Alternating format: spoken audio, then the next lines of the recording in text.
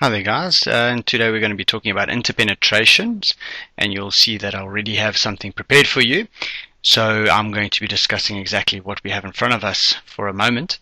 We have been provided with two auxiliary views, one for my front view and one for my top view, so that I can make sure I know the angle or orientation of my actual interpenetration, and also what this shape would look like, what kind of prism it is.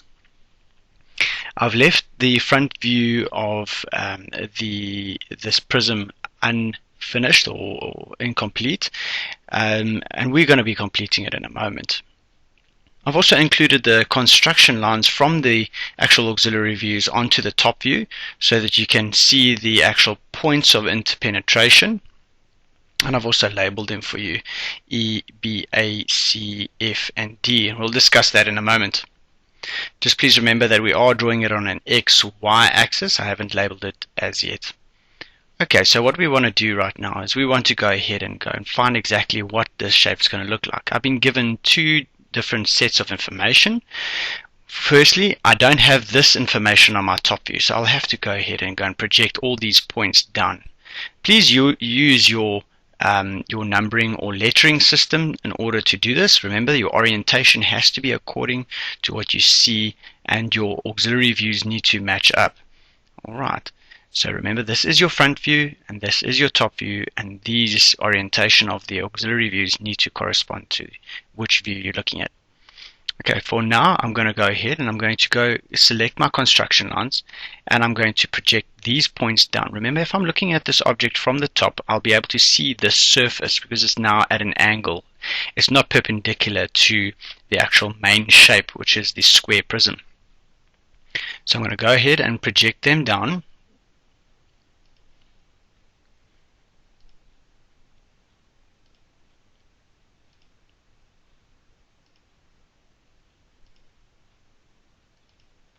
And now that I have the parameter in which this base, the top base, is going to fit, I need to start projecting these points across to them and making sure that these letters will then correspond to these letters over here. Just in my reasoning, note that I have 2 points over here, a C and a D, and you might have noticed that I've labeled this one point over here C and D. That is because that one point over there in that corner there will represent 2 points, D and C, these two corners over here like that. Okay, because of its orientation. If I am looking at this point over here, I've got exactly the same scenario. I've got a point E closer to me and a point B on the other side, and a point A and F exactly the same. That represents 2 points. And I'll typically see that in my top view quite soon, but what I want to do is I want to shift across to my 3D object and selecting, just in order for us to build some understanding around what we are actually seeing. So this is my front view, and here you can see how far this object is going to be going into the actual surface. Well, not really into the surface, but in my front view it looks like it's going into the surface here. Let's actually see what happens. Remember, I said to you that each one of these points over here represent 2 points. Let's go and see why. Can you see that? There's 1 point, and further back is another. There's 1 point, and further back is another. They are in line with each other, there and further back. Please note that we are going to later on in our development need to find these points over here and join them. Okay. Another thing that we've discovered here is that this surface over here, this flat surface here that I've now highlighted in blue, is not at a true inclination to my line of sight. Over there, I'm looking at it at a perpendicular line right now. Okay, and that distance from the line to that point will then eventually give me my true distance from there to there. Right, remember, when I'm looking from my front view, however, I'll be able to see those 2 points still, or the line and the point, but I won't be able to get the true distance from that point to the line. Okay, so that's just something to keep in mind. And if I swivel this around, you'll also note that I've got a point on this side over here that's touching right there. That is directly behind that point over there. So I have this as well there and over there. So automatically from this angle you could almost make sense of what my development is going to look like. I'm going to have this kind of zigzag feel right here, up, down, and back up again.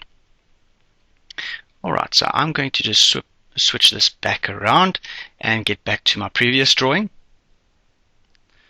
Alright, so now that we've seen those points of interpenetration over there, there, and there, I've clearly labeled them, and now I want them to join each other in my front view. I've projected these ones down, and now we're going to quickly find these points in my front view. Okay.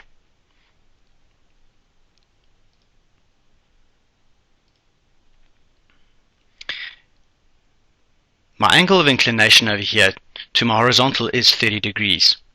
Alright, so I'm going to be drawing 30-degree lines coming straight down. Now I've got to construct these lines. Let's go and construct them. There, there, and there. I have to make these letters, my lettering system, work for me, so I have to try and see where they actually do meet up. I've got E and B in the straight line. Note that this line over here goes through E and B, which means this line over here represents line E and B. So anywhere on this line, point E and B will be met.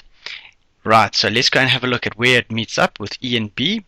I've seen line E and B, points E and B over here. That becomes my line E and B. Therefore, this line intersects with that line at this point over here. I'm going to go put a point over there. Right. Now, I've got to do the same over here. F and D, remember this is an upper and a lower point. That one single point is an upper and a lower point. And if you don't understand suddenly, let's go and have a look. Right. Remember we found this point now. It's the lower point of the two. It's going to be this point over here and that point over there. Those 2 points will be directly below one another. Let's go and test the theory. There it is over there, and if I had to project it back, look at where it projects to. F and right across to D. Okay, so that point will represent 2 points, an upper and a lower point, and directly in line with it I also have point A and C. So I'll have to project this line over here straight up, and this line will represent all 4 points, not 2. 4 points, AC and F and D. Alright, so we know that A and A will now meet up. There's A. Projected down will meet up over there. So I'm going to put a point over there. And if I project F up and F down, I'm going to find them A and F meet at the same point. Remember, one will be on this side of the object and one will be on the other side of the object. If I have point D projected up and point D projected down, they will meet at this point over here. And also the same with C. C projected up and C projected down will then meet up at the same point. So this point over here also represents 2 points, one on this side of the object and on the other side of the object. And if I really don't understand, then I can always refer back to my actual auxiliary view and how it's been labeled. Remember we said C and D will be on this side over here, therefore I have found C and D in line with each other down here. Okay. Now that we've found those points, we'll have to go and join those points.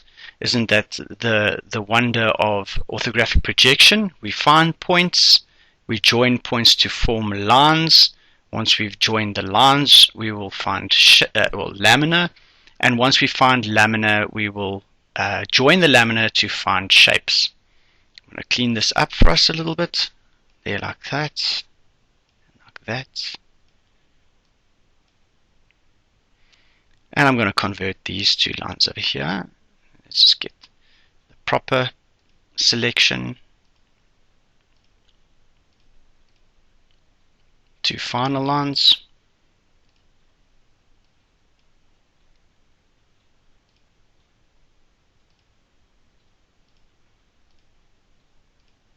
There we have it. Okay, so my front view is now almost complete. I need to recognize that these are still drawn in construction. So I'm going to go ahead and just convert those 2 points. Let's just take away this over here. There we go. Alright, so now that I've found all those points and I've taken or converted all the construction lines, my front view is complete. My top view, however, is not.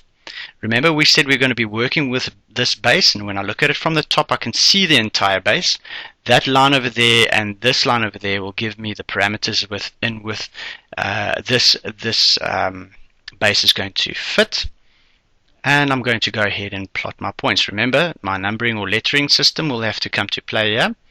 I'm going to go ahead, B, project it across, and B, projected down, will give me that point over there.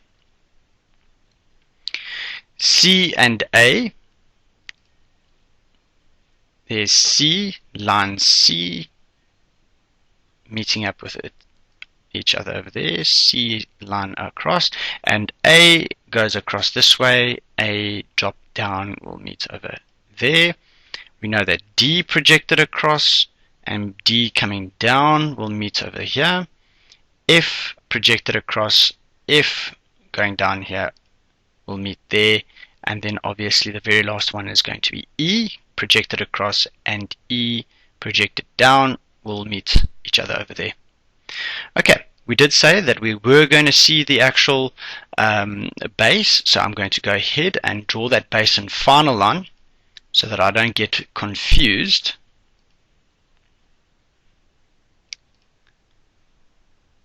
So join the points.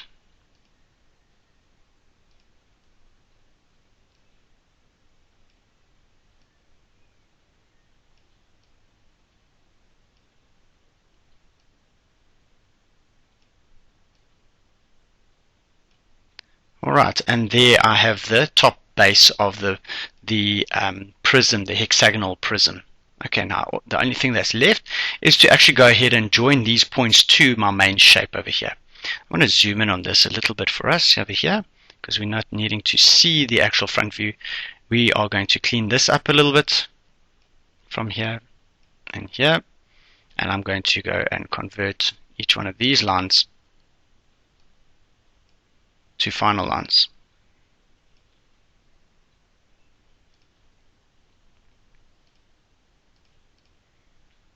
Alright, so there we have it. That is exactly what my top view will look like. If you need to include any hidden detail, you'll then obviously see that hidden detail will go across from this point to that point, from there to there. Just remember, if you are putting in hidden detail, don't make them basically extend this line, leave a little gap over here, and then continue until it touches that corner over there. Alright, remember to leave a little gap at this point, otherwise it will look like you're extending this line into this base surface over here. Alright, now that we've actually found our top view and our front views, we are left with development.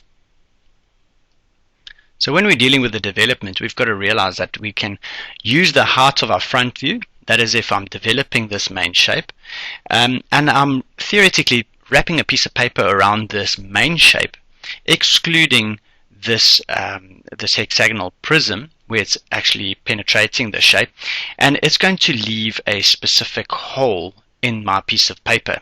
If I unwrapped it and I laid it down onto the table right next to it, it would obviously then display this hole that I'm going to be seeing, and I need to go and accurately depict where that hole is going to be.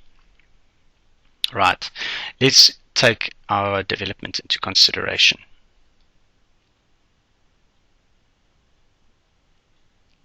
Right, I'm going to go ahead and project in construction my height.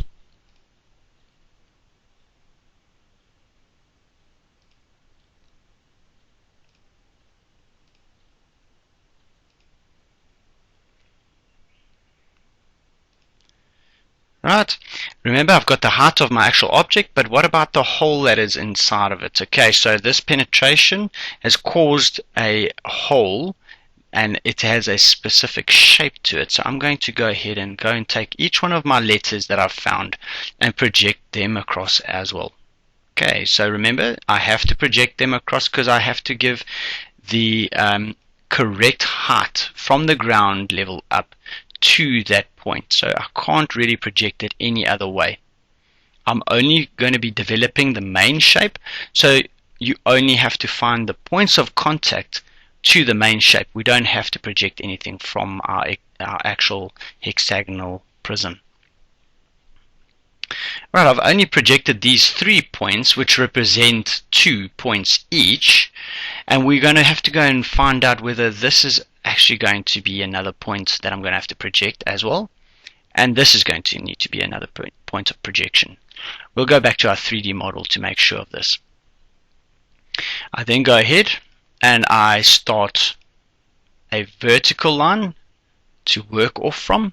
So I'm going to just go from here to here, and I know that I'd have to go and use my actual base edge as markings on my main line down below. Now I've already labeled, or not labeled, but measured my base edge to be 40 millimeters, and please do not go ahead and measure from the front view. The distance from this point over here to this point over here, the distance from this point to this point over here is not the same as this point here to that point over there. Take out your ruler and go measure it on your drawing and measure this distance over here on your top view. You'll notice that the line in your top view is seen at a 90-degree angle or perpendicular angle, which means it's your true length of the line. This, however, over here, this point over here is further back to this point over here, which means I'm not going to get the true length of the line. I'd have to swing this point forward, and it would then end up being around about here, and then I'd have to find the distance from here to here, which would be the same length from here to here. So please always go and measure from the angle that you are looking at 90 degrees, okay, the actual view.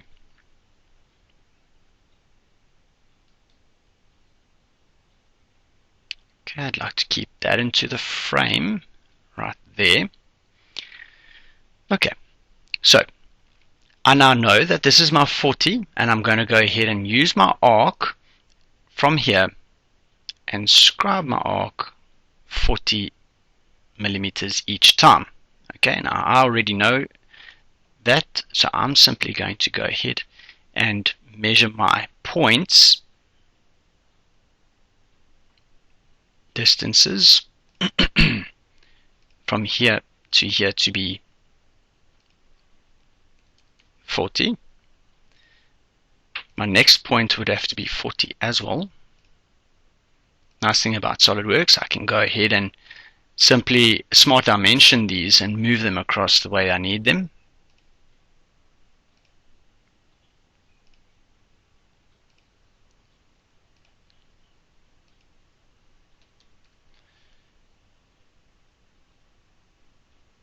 Right there.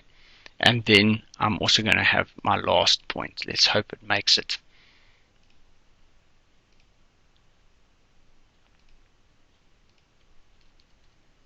Right. So I'm going to be working from these surfaces. Please remember that I'm using the base edge because in my square prism I have 4 surfaces to deal with. Let's quickly show them.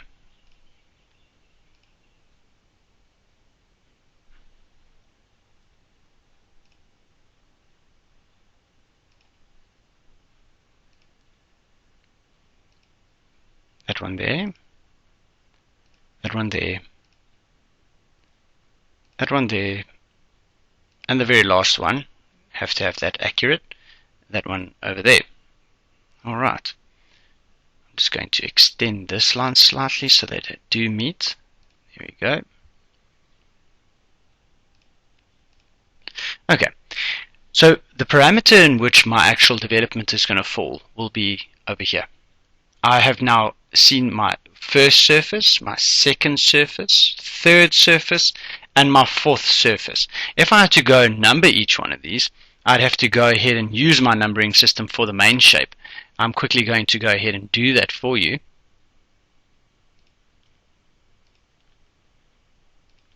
And each one of these lines would have to be equal to a specific number that is corresponding to your top view, or wherever you've got your measurements from.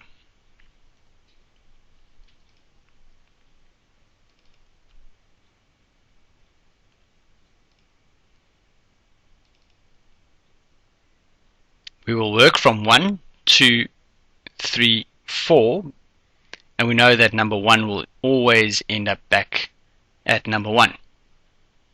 Please remember, if you are going to start with number 2, you will then end up with number 2.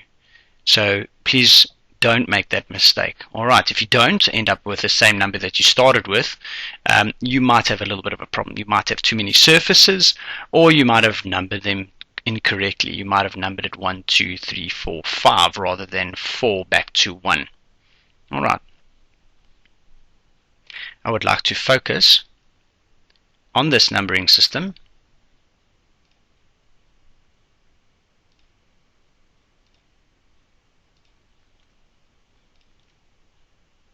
And I'm going to go ahead and number my top view accordingly.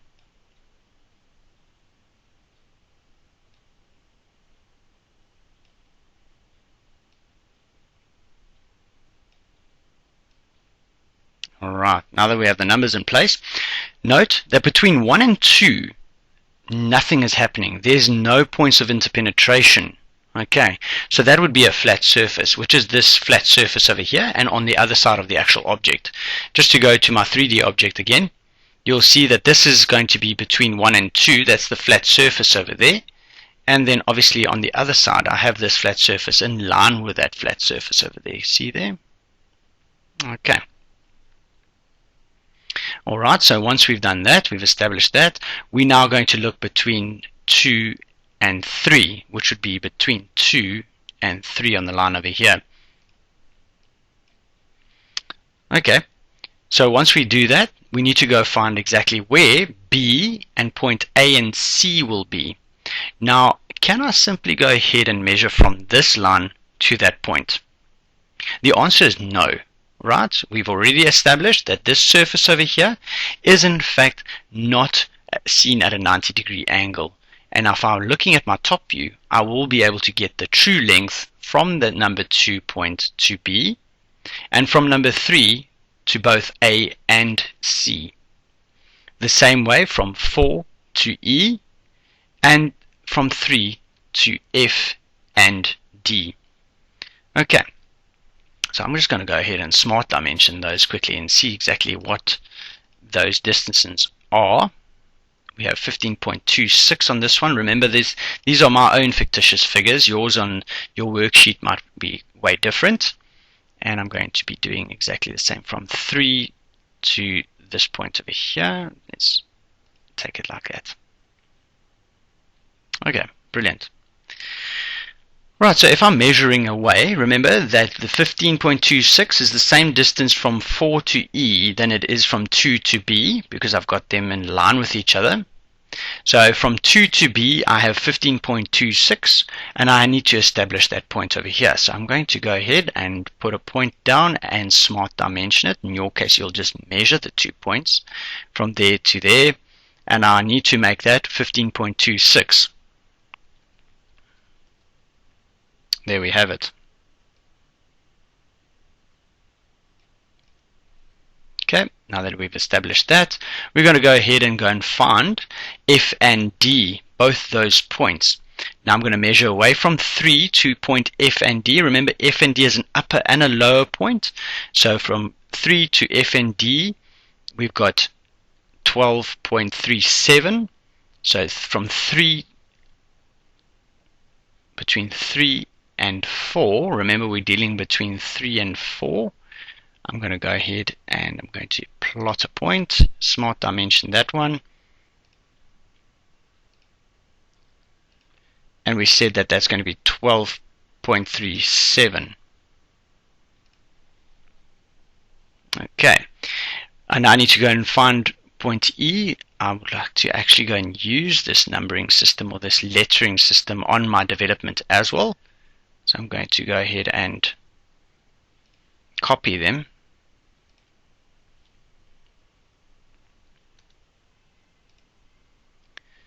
Right.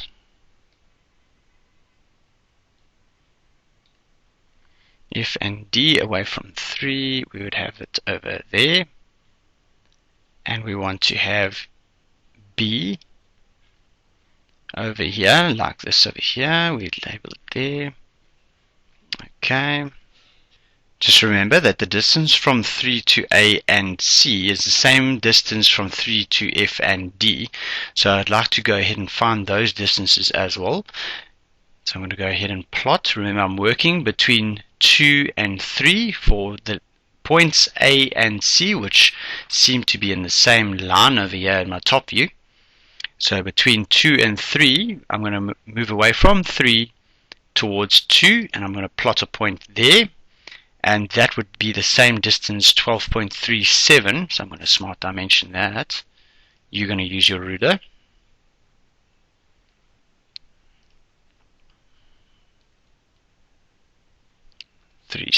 However. Right. And I have to label it A and C.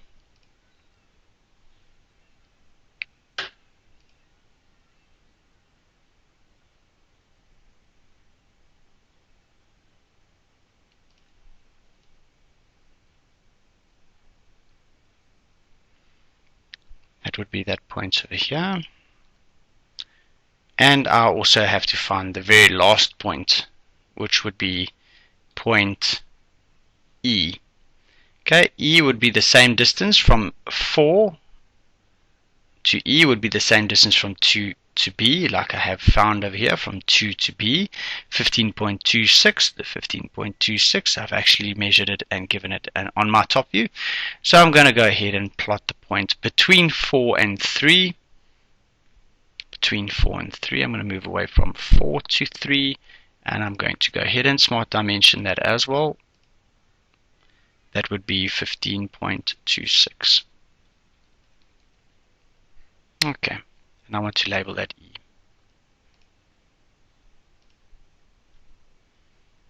There it is there. Okay. Now I'd like to focus on my development. I'm going to give it a good zoom here. Okay. So now that I've found these points, these are the true lengths of the lines to the points, or the points to each other. I know that B, A, and C, F and D, and E will give me the points of my hexagon. In fact, it'll give me the points of my hexagonal shape, the whole. But I've got two more lines. Remember, I've got two more lines that I haven't projected across. So let's go ahead and see where these points will be. Okay, line F and A, sorry, over there, points of where it connects, these points over here, projected across are those three lines over there. So I'm going to go ahead and find, remember this is A, if I had to label these as well, that would be A and F, that will be point A and F, and I'm going to project that across to find A and F. Don't forget that at each one of these points that I've now found, I'd also have to go and project up vertically. So I'm going to do so from here to here.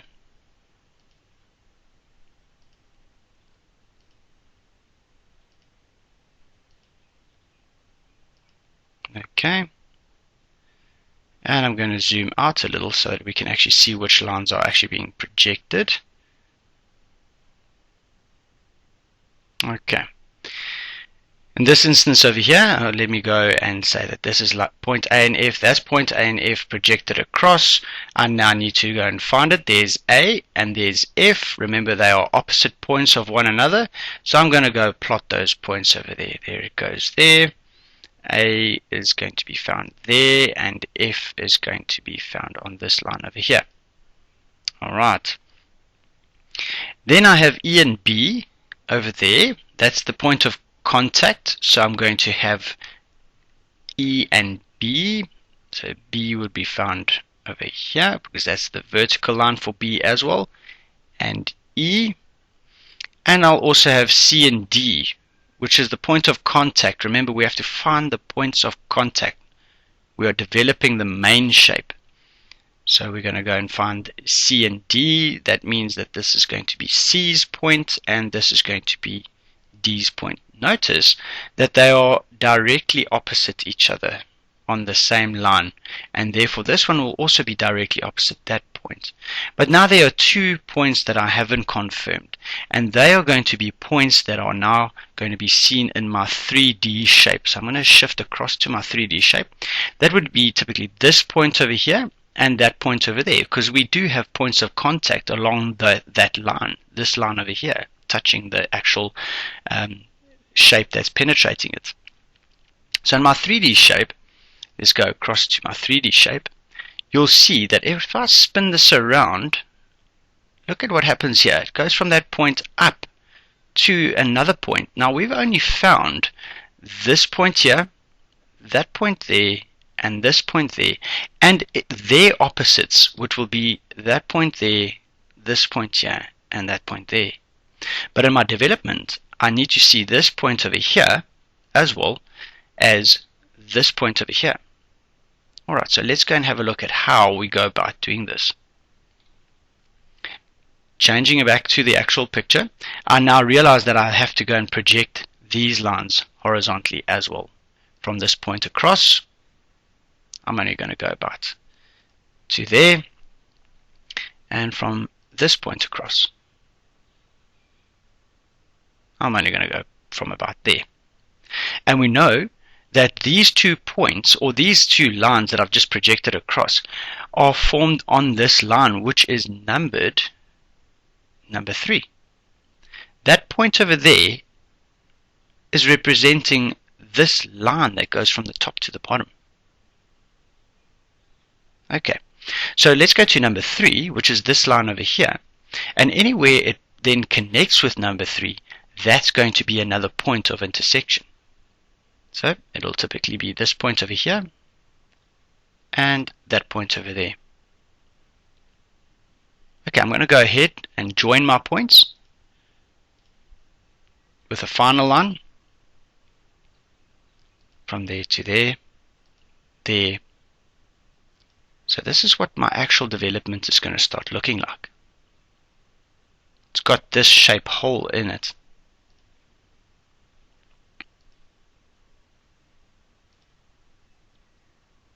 Way different to what I thought it would look like. I thought I'd probably have a hexagonal shape over here, and this has actually proven me wrong. So remember now that you have to go ahead with all the other lines, okay, and go and make them nice and solid lines as well. So we'll go ahead, highlight each one of these.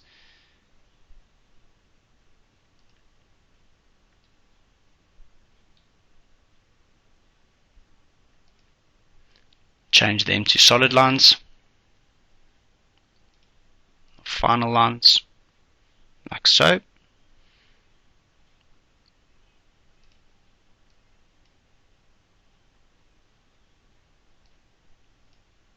Like that. And then I'm only going to be able to see, zoom in on this one a little.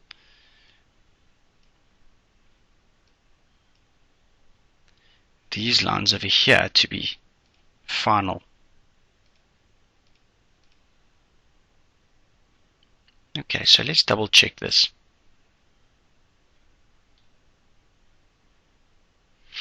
Okay, here we have one surface, the second surface, a third surface, fourth surface, and this is the actual hole that's going to be left after I've unraveled the piece of paper around my main object.